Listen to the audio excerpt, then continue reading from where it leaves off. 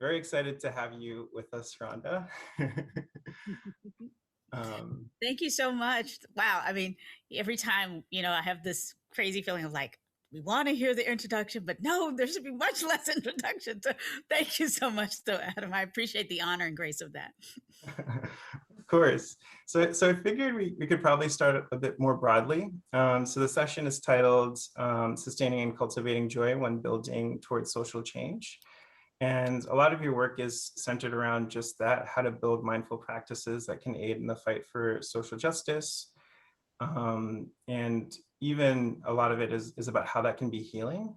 So I was just hoping you could kind of open by telling us a bit more about, how you came about this understanding of mindfulness and the role it can play in our approach to social justice. So I'll turn it to Yeah. you. Well, thank you so much. And please forgive me if my voice goes a little wonky every once, or, a little off every once in a while. I find when I'm talking about things that really matter, that can happen. Um, and I'm coming to you from San Francisco, so a little bit earlier in the day than many of you. Um, so thank you for this question about how I came to this work of integrating mindfulness and social change. Um, I always hesitate when I start to talk about like where and how I came to this. I mean, I could start with that moment when I found myself in San Francisco, having moved and graduated from university and law school, and I had a graduate degree in sociology, and I was had done a lot of preparation, and then moved to San Francisco to take my first law job, and took the bar. And other folks around me had money and resources for a bar trip, and I really didn't. But I found myself kind of unable, as I had time between the bar and my first job. I really found myself unable to relax and rest, frankly, because I've been on the go for so long. Y'all know what I'm talking about, right? Just trying to, grind, make it happen, study, do this, do that, build out the resume. Just, I had spent so many years doing that, that when I actually had permission and time, like the bars in July, my first job wasn't starting until September, let's say. I just really could not turn it off. And so that's when I found mindfulness, really. I mean, that's one important point. And so my partner, his background, his family originally is from India. He was born here, but for a variety of reasons, he had a couple of resources on the bookshelf that I pulled down. And one of them was this book called the Bhagavad Gita for Daily Living, actually. And in that book, there was this beautiful description of, one pointed meditation, and a kind of beautiful, I felt very lyrical, like reflective conversation about how meditation might just help us with calming the mind, which Mm. again, I was up for at that moment. And so that was really, one of the first introductions um, to a kind of meditation practice that led me to explore mindfulness, other teachers, other modalities for that.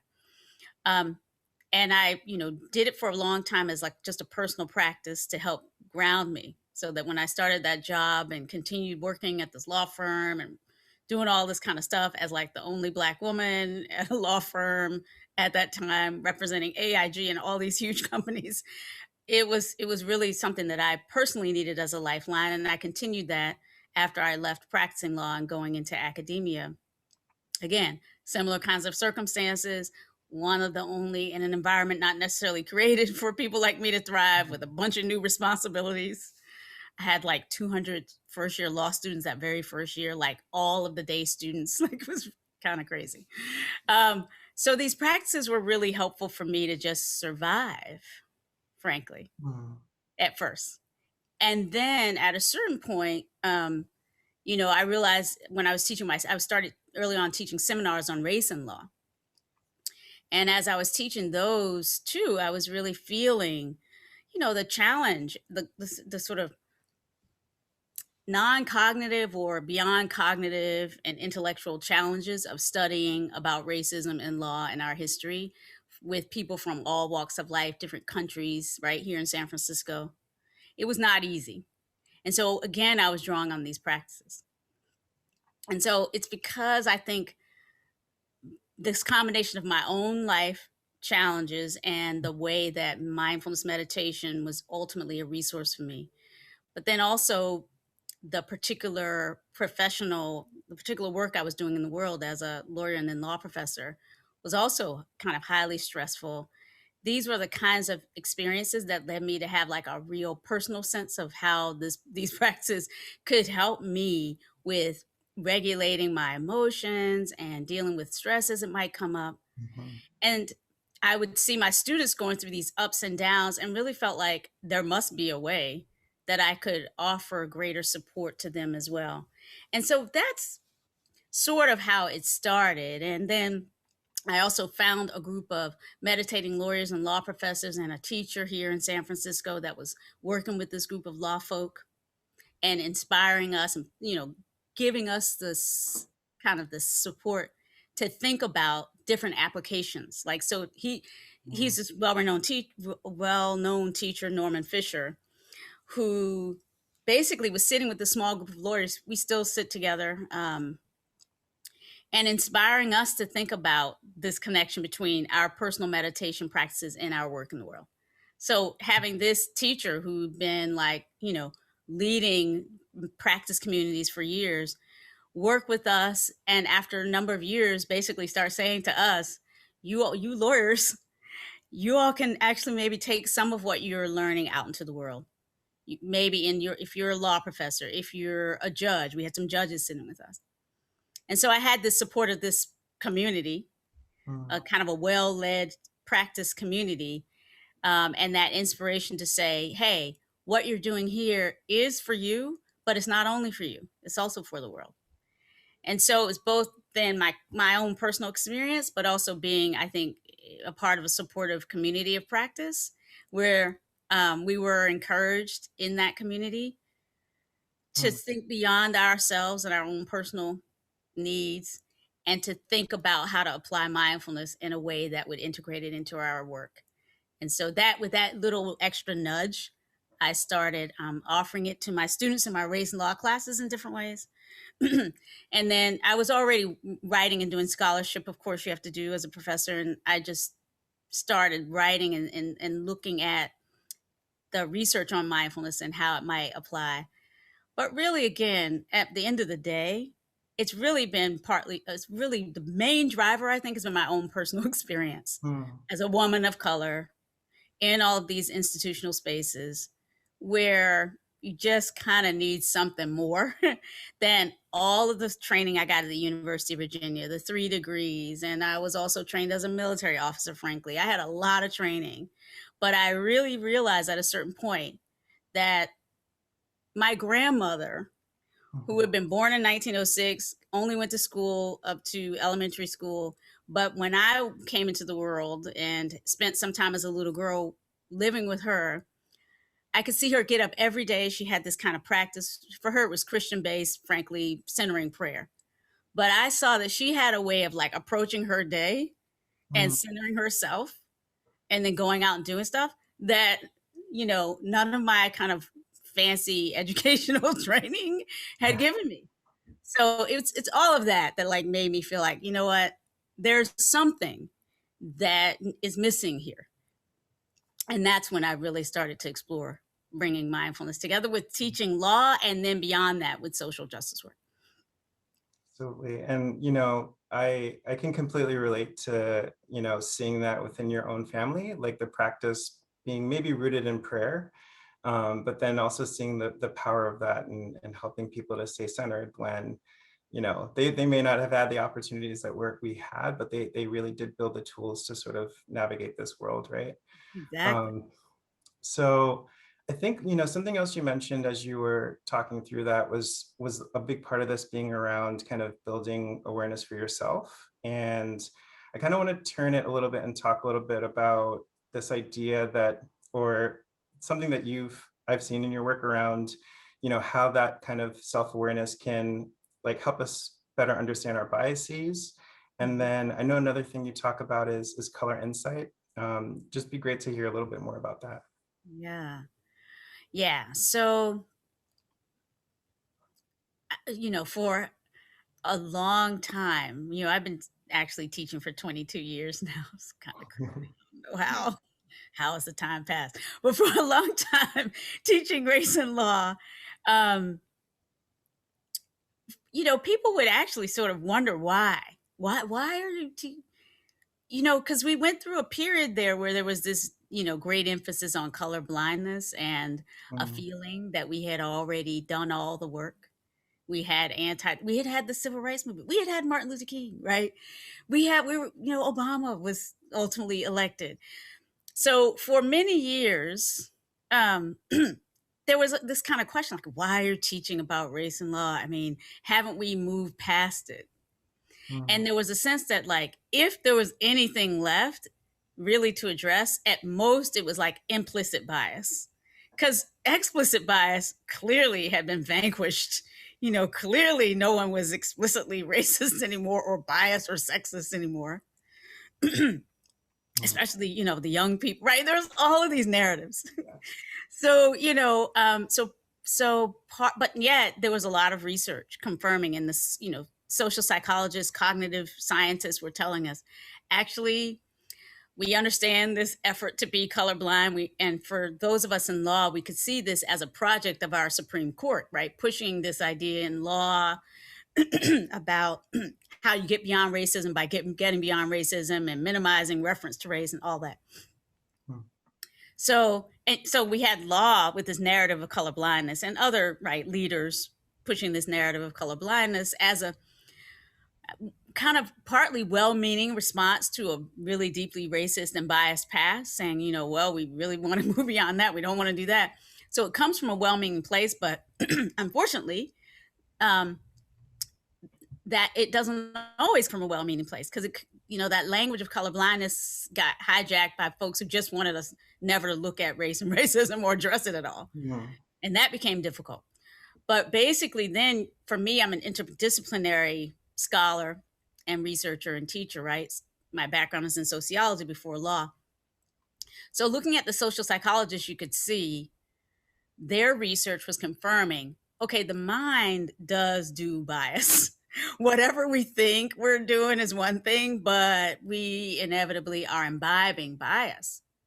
And so, examining that disconnect between what we're consciously intending to do and actually what might be showing up if we have the courage to really look, was something I was curious about and felt I needed to explore, because of the way that law was constantly, the Supreme Court was constantly, undermining efforts, in my view, to really better address race and racism by minimizing the legal, by sort of interpreting the legal framework in ways that um, made it difficult to really look at race. mm, And so, you know, for me, seeing in the scholarship this constant, indication that bias was a problem, knowing in my own self that, like, on the one hand, oh, for example, I love California. I'm so glad I moved here from North Carolina. It's a great opportunity to meet people from all around the world. But when I first arrived, and I would hear, for example, languages from all around the world that I hadn't heard before, really, like growing up in North Carolina at that time, I didn't hear a lot of different languages, for example. I could feel in my own body like some reactivity, when it wasn't like I'd hear the language and I'd be like, yes, a new language, let me rush over and listen. It would be like, wait a minute, like some inner sense of like, is this a problem? Is it okay? That's mm, a kind of, right, that embodied sense of like reactiveness, to me, was a little bit of a tell that even I had my own work to do around this, despite all of my commitments to equality, equity, and justice and all that. And so my meditation practice was a place where I could hold all of this better. mm, For me, meditation was a way of holding complexity and holding, opening that aperture on awareness, so that I could see more of what's really here to be seen, beyond my thoughts, beyond my narrative, beyond my, whatever I'm trying to say about myself, yeah. right? But really to see what was going on. And then, so through exploring, that just got me into, really exploring how my meditation practice could support me in understanding my own biases better and understanding my own reactivity when I would be confronted with cognitive dissonance. And, as will happen when we're with other people, Mm. somebody has a view that's over here, yours is over there. You're like, but like rather than, react right from that place of like, no, it's this way, which of course you're trained to do in law, like get in adversarial mode. For me, I've always been very interested in how we resolve conflicts in a way that minimizes violence, in a Mm. way that deepens a capacity to bridge difference and come up with some productive solutions, right? And knowing how emotional reactivity can get in the way, being emotionally hijacked can get in the way of, you know, collaboration and can get in the way of, especially of working together across these lines of real and perceived difference, led me to look more and more at mindfulness as a support. And so ultimately I came to this view that, and instead of color blindness, some kind of insight based on our awareness practices might be a greater benefit. And I was sitting in meditation and this word color insight came up. And for me, it's really, it I came to see that phrase as capturing some of what was happening in my class, where people were pausing together, intentionally looking at race and racism, and being curious about how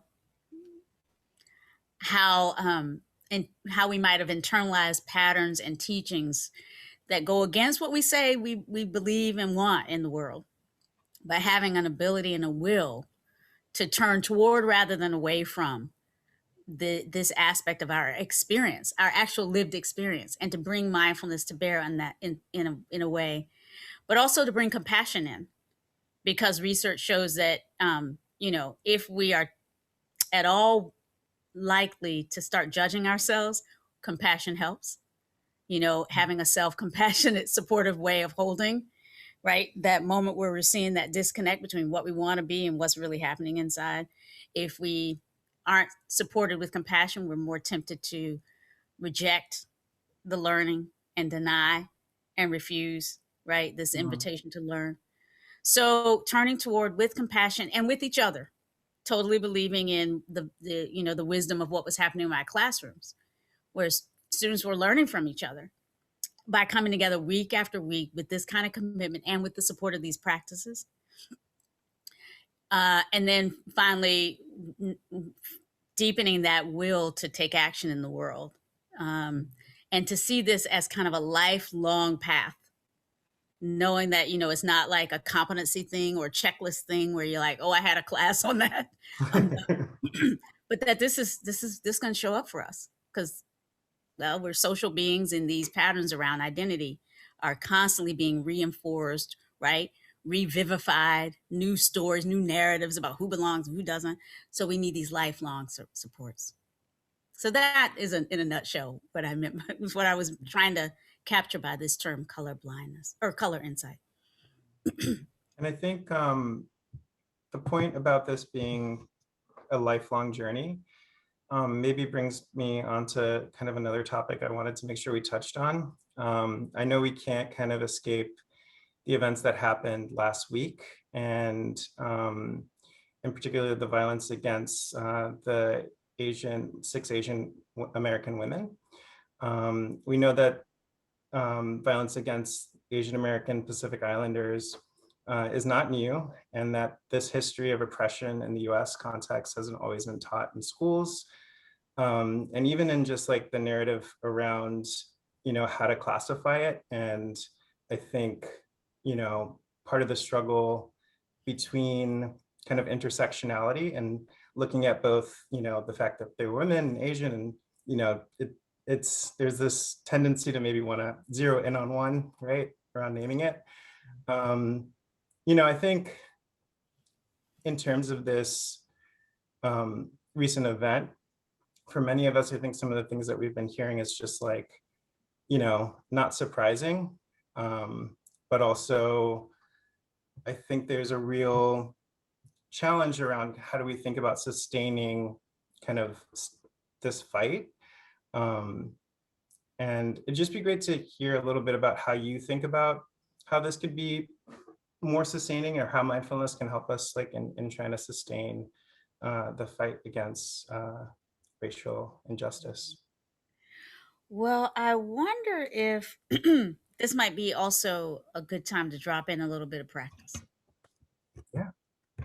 because even as we turn toward this being reminded of this particular incident, I can just feel a little bit of the distress and despair coming up. I don't know if I'm the only one. And of course, the incident in Georgia and that intersectionality between racism and, I'm hearing an echo. Hopefully it'll stop. But racism and misogyny, and who knows all else, right? We will never know the full motivations, but just to look at it, you can see that if you're willing. And classism, right? There's all kinds of different things that might have been in there. And it's painful to turn toward and to be willing to look at what we're seeing. We saw this in Georgia, and then just as we were trying to get our bearings on that, Colorado again. Yeah. Right? With different set of issues, but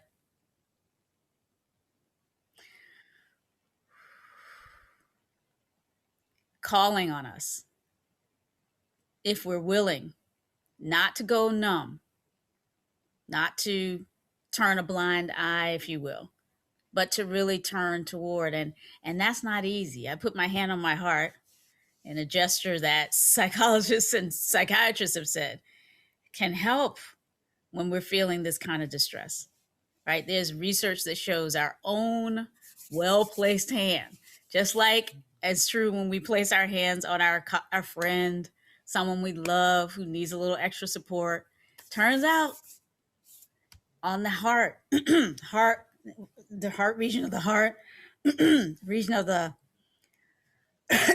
diaphragm just beneath the belly button, really important energy centers that if we're feeling distress, and if you're willing to explore and practice with me, one hand over the heart, one hand just beneath the belly button, or you can just check and see what might work for you. Maybe it's both hands over the heart or both hands just beneath the belly button.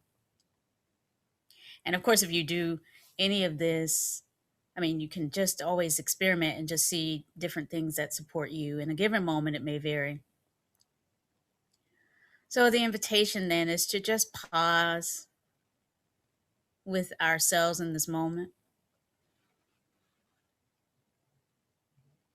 feeling as we do our bodies in this moment, really feeling and sensing the points of contact between the body and the earth. So feet on the floor, or as we sit in our chairs, or however we're being held in a certain sense by the ground beneath us. So the invitation is to take maybe a few deeper than usual breaths, just to invite a moment of resting, resting and being held right here, right now, wherever you are. It's safe enough that you can be here on this call. You're resourced enough that you can be here. So just feeling that and allowing yourself to appreciate that for now.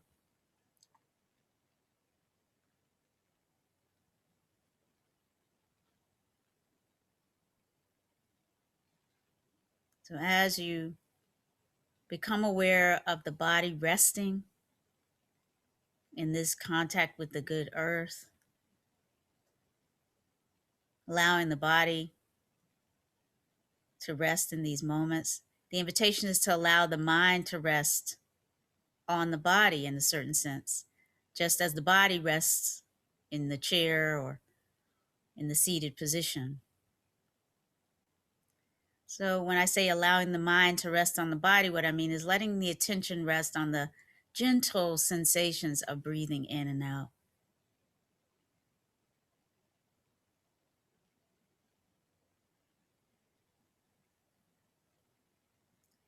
picking up on the in breath or the out breath, wherever you happen to find yourself.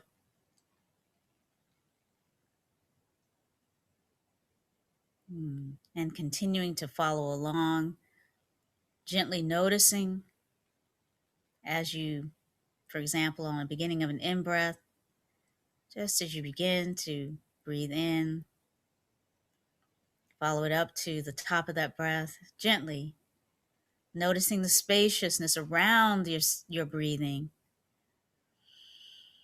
And just allowing yourself to kind of rest in this way of the in breath and the out breath.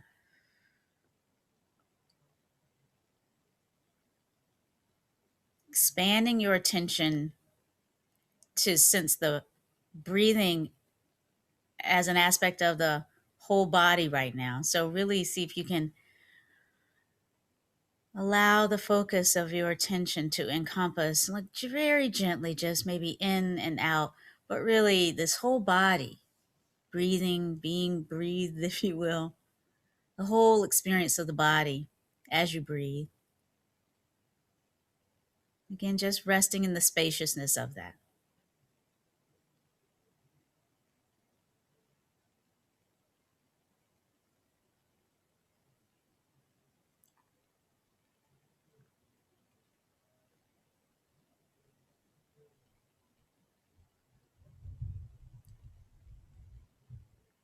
And if you're willing, just call to mind some of what happens when you think about the challenge of addressing racism in particular, let's just say for now. Are there images? Are there emotions that come up? Thoughts? Memories? Difficult moments, difficult conversations you've had? Or maybe it's just sadness, frustration, anger, strong emotion might be coming up. The invitation then is, as we sit here in this moment of mindful awareness, to see if you can name or note the images, the emotions. What name would you? Is it anger? Is it sadness? Or maybe if we're not quite sure with what emotions are arising, just noticing the sensations in the body. Where are we feeling something shift as we turn our attention toward racism? Tightness in the chest, or a sense of butterflies in the stomach, or maybe a sense of maybe noticing attention drifting away or falling into numbness or even strong emotion, whatever it is. No one of us is going to be having the same exact experience. We never really are. But certainly when we look at issues of race and racism, we're not going to be having the same experiences. So if we can open the door to whatever is coming up for you right now, rolling out the welcome mat, as they say, welcoming this moment of attending and awareness, attending with awareness to what is coming up for you. And with kindness for the moment. This sort of will to alleviate your suffering around this long enough to see it more clearly, to see what's there for you.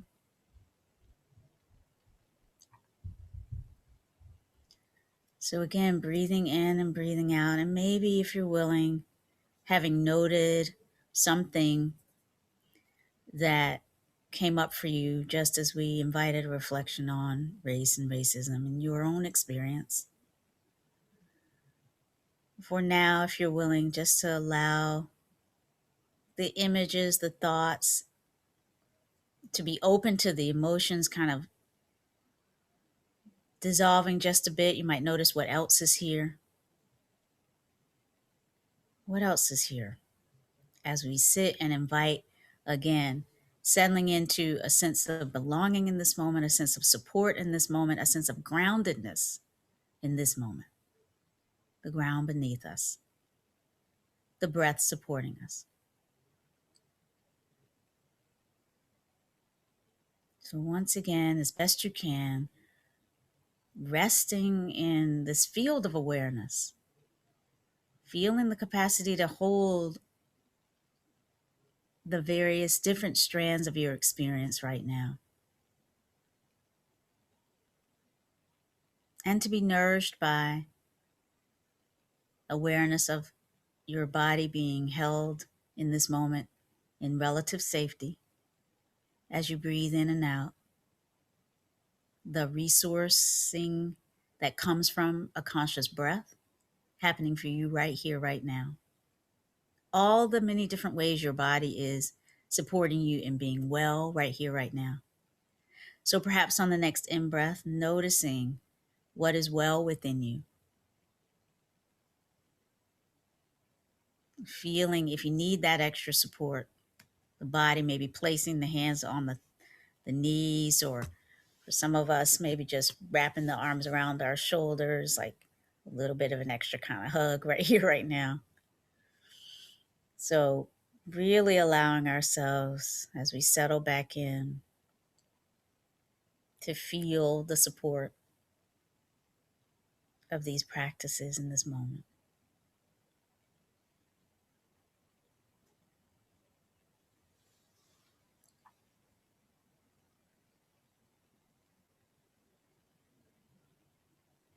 So in a few moments, we're going to shift out of this period of formal meditation.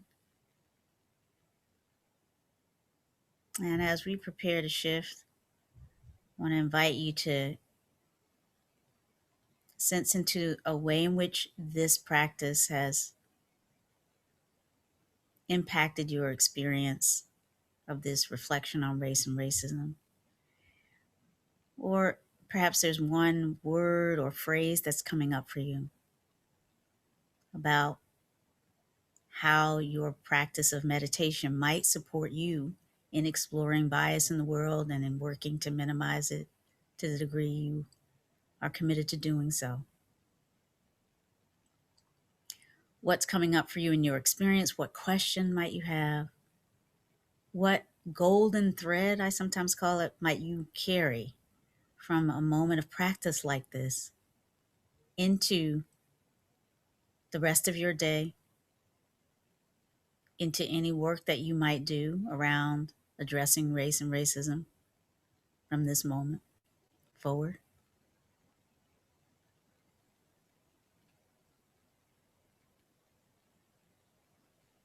So just honoring the will and intentionality that brought you all to this conversation as we gently shift from this meditation into our mindful conversation. So if the eyes have been closed, inviting an opening, maybe taking one intentional conscious breath in together, full breath out, maybe stretching a little bit. And if if you're willing to let your visuals be seen, gathering, bringing ourselves right back in to this moment of this conscious engagement with each other. Thank you for your practice. Thank you for your being here. Thank you, Rhonda. Yeah. So that's just like a taste of experiential integration of mindfulness, right with this kind of little bit of inquiry. What happens to each of us when we turn toward, thank you, Rebecca. When we turn toward looking at race and racism, what comes up? And then how might we bring our mindfulness practices to bear to support us?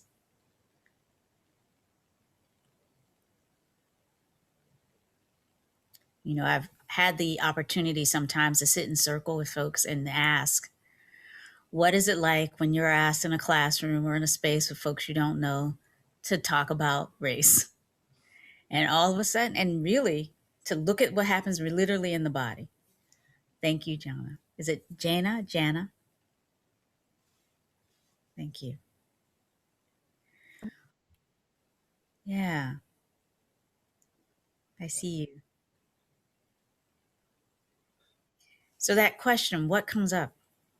And then creating spaces where we can explore that with the support of these practices just might be important. Hey there.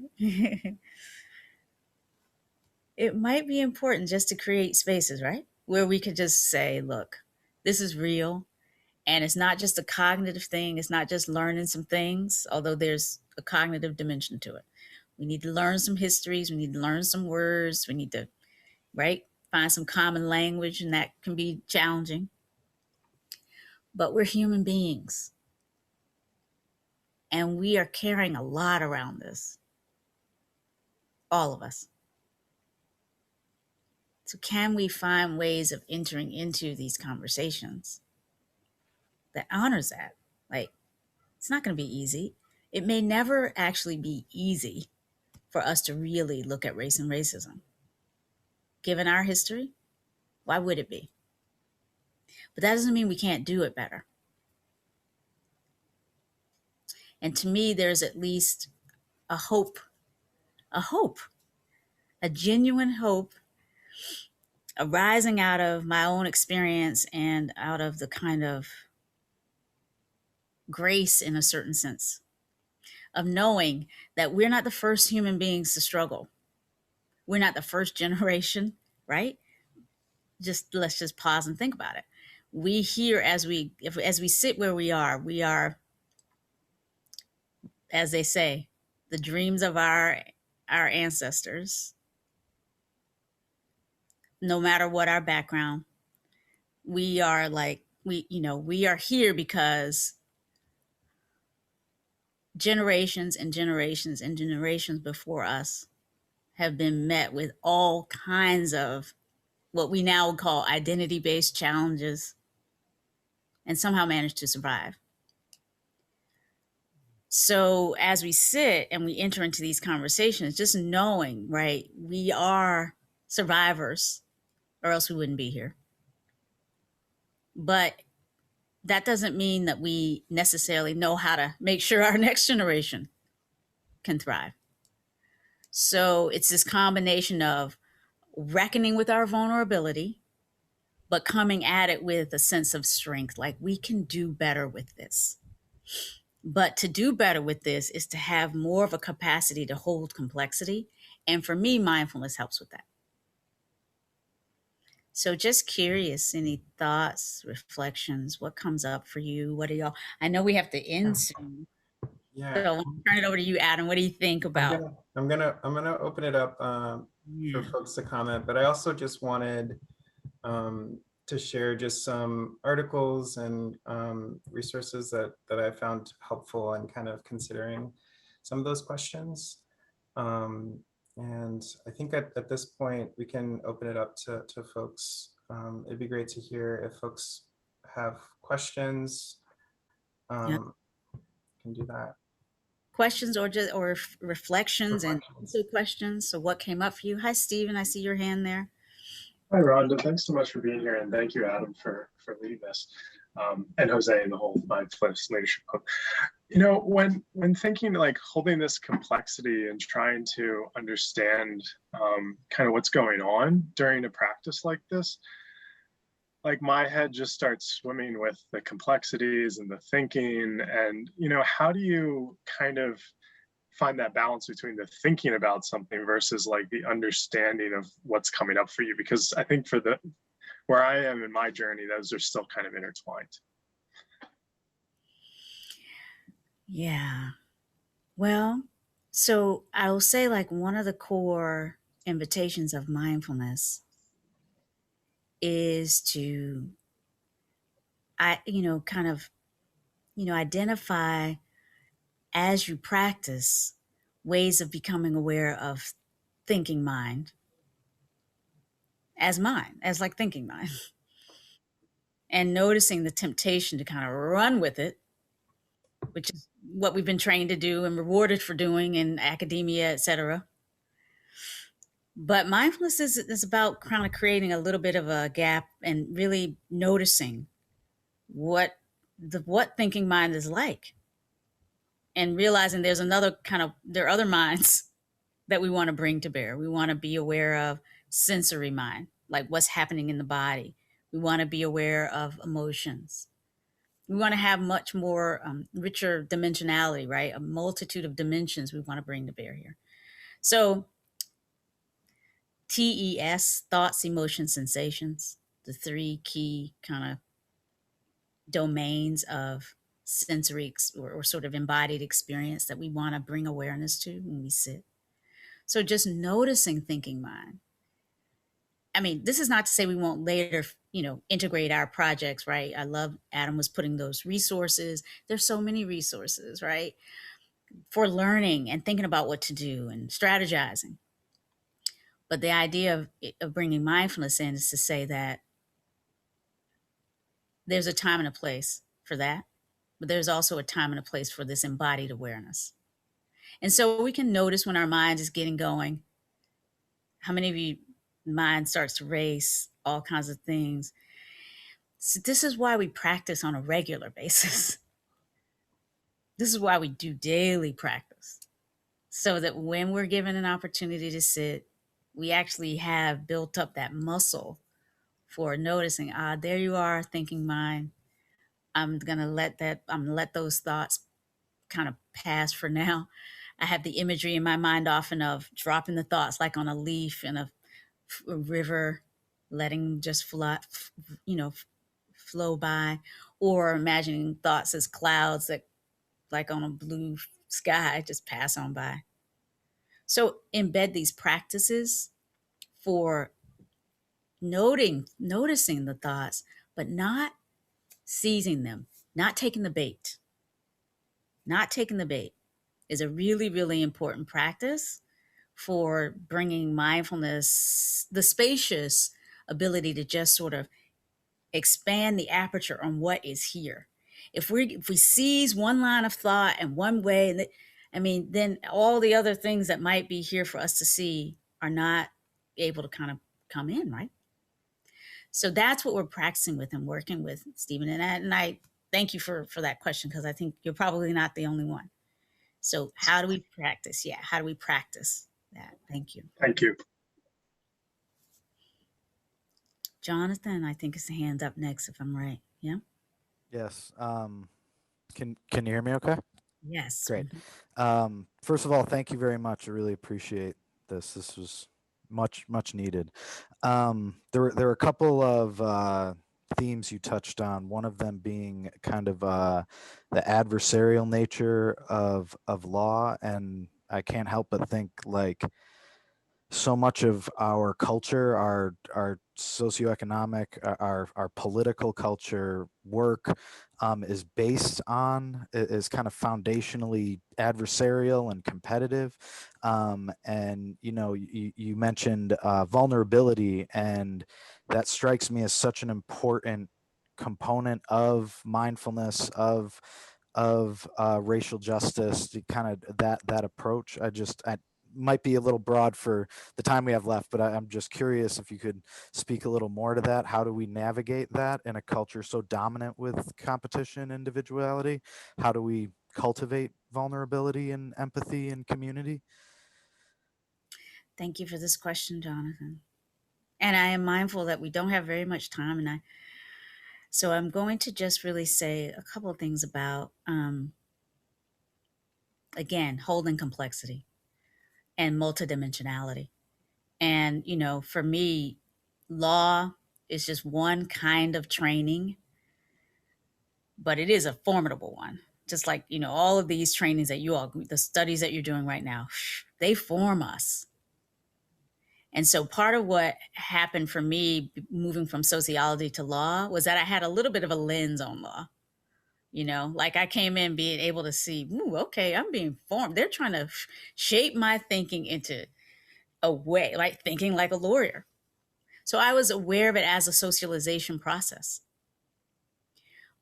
which caused a little bit of a challenge because you just want to, learn and get the grades, but also I'm at a distance.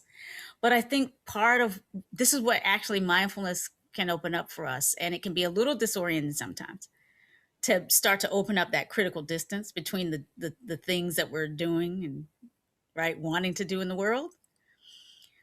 But I think it's from that place, first of all, again, knowing that we're formed for this too, for like complex dealing with our reality. We can do this. So we can recognize vulnerability underneath the ego and the person who's going to do some stuff in the world, which I know all of y'all are those people. We're going to do some things, but we can also recognize that underneath whatever any of us does is this soft bellied human being struggling to be heard, seen, respected, who might get caught up in some kind of narrative or temptation, right? About me and mine that might make it hard for me to see other folks' needs. So these kind of basic vulnerabilities, temptations that humans struggle with, and having some capacity to sort of navigate a world in which all of that is so, even as we're being trained, that's a challenging thing. And so with law, I teach a class too around professional identity development where we can sit and look at how are we being formed? How do we want to bring our ethics and awareness to that and choose how to be? So that we're not just taking somebody else's notion of what it means to be a lawyer or a professional or a leader. We're determining what we want, how we want to be in relationship to the opportunities of our lives, and how we want to embed our humanity and our respect for others' humanity in that, regardless of the games around, becoming that are going to be so much a part of success culture, right? The different success cultures, whether it's law or otherwise. So there's a lot we could say, but to me, this is why we bring these practices in so that we can have these rich and more nuanced conversations about what it means to kind of be these multidimensional humans in the world, trying to accomplish some things, but hopefully doing it in ways that recognize common humanity, starting with our own. This is an ongoing challenge, but this is why we come together. I just want to open it up in particular, see if there are any BIPOC reflections, just to name that. Because again, one of the ways we want to, thank you, Jonathan. Yeah. One of the ways we want to like intentionally bring that color insight to bear is to say, these conversations, they're not as easy for all of us. Some of us are suffering. Our family members have suffered. Our generations, intergenerationally, we got more going on in this moment than is obvious. So I really want to see if there's any way in which folks who haven't had a chance to speak in the last couple minutes might feel particularly invited in.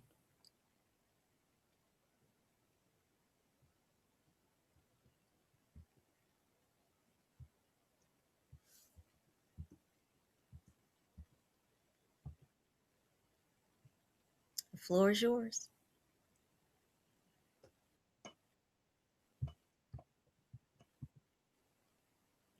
Everybody's like, no, we're not. Shall we just, we are short on time, and that may be part of why everyone's like, oh.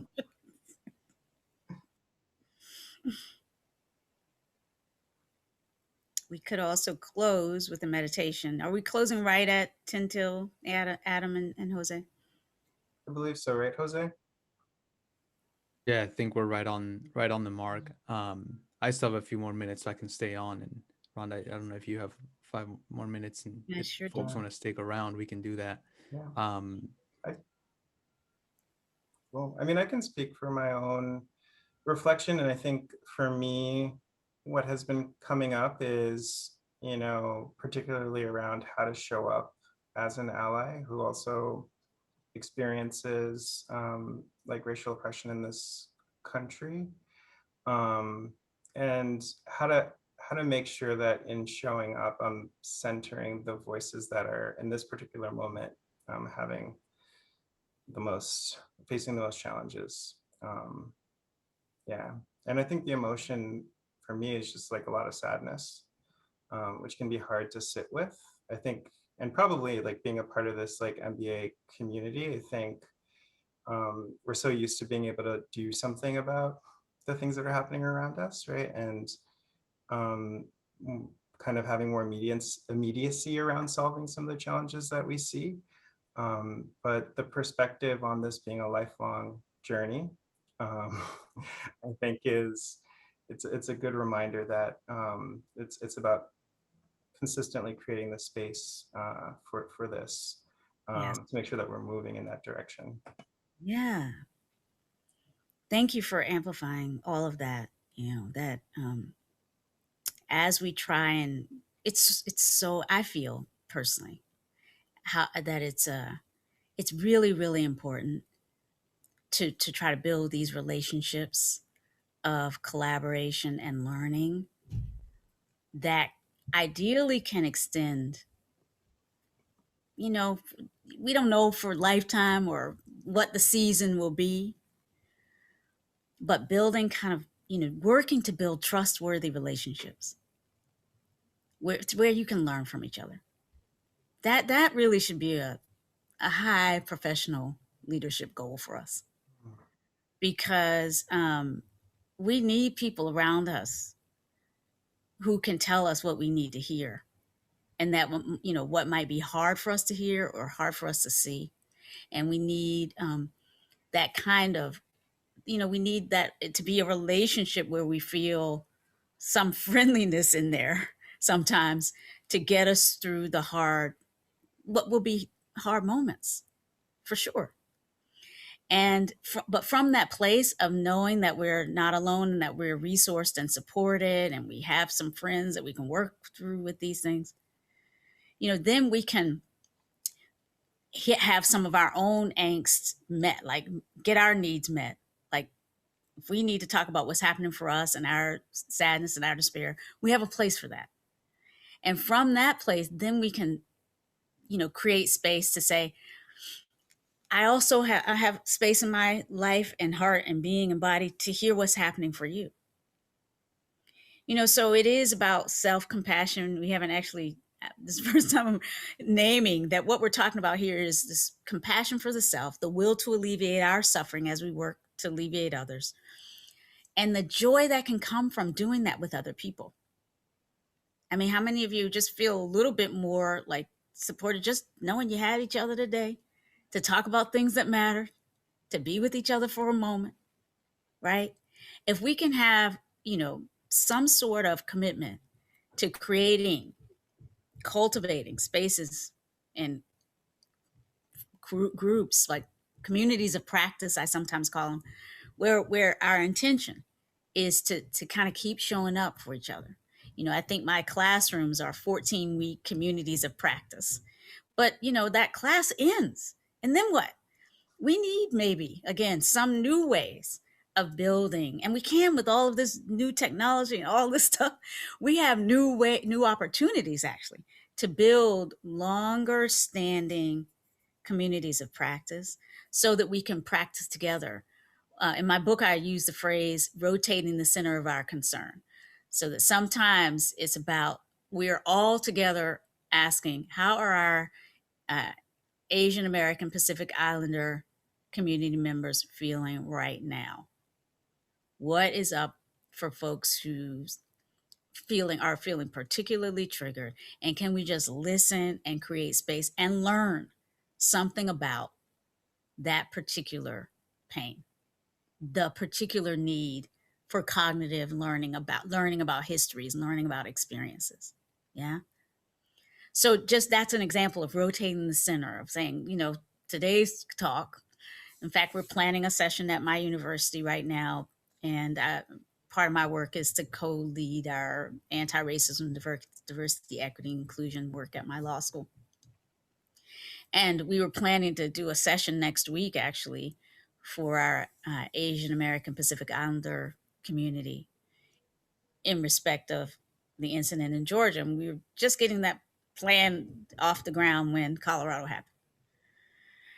And so I've been sitting with like, well, what are we going to do?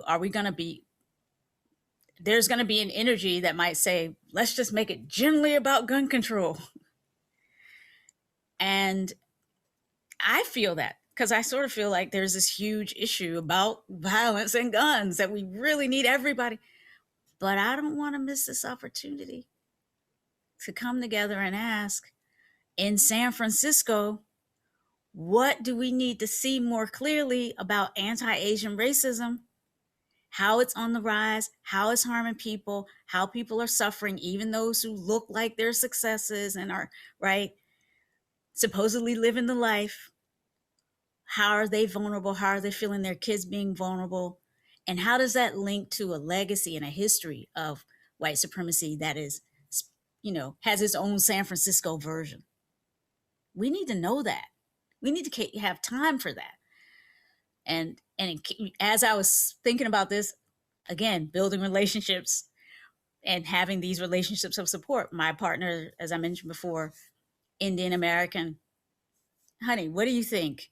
If we have this session, should it just be about gun? He's like, we need a session on anti-Asian violence right now. Your community is probably, so we need these opportunities to hear from each other because we're not sure how to go forward. And there is no one right way, I have to say that. It helps to know that we're gonna make mistakes. It's gonna be messy. We're gonna try something. It's not gonna work as well. We're gonna need somebody to say, you tried. You're, like other human beings, you're not gonna be perfect at this, but we're gonna keep trying. We're gonna do it again. We're gonna come together again. We're gonna try again. We have to have spaces where it's okay to make mistakes, if you will, knowing that that's how we learn and that's how we practice being vulnerable together. But that kind of vulnerability that has power that Brene Brown and others have talked about, that kind of vulnerability through which we learn and we grow. Thank you so much.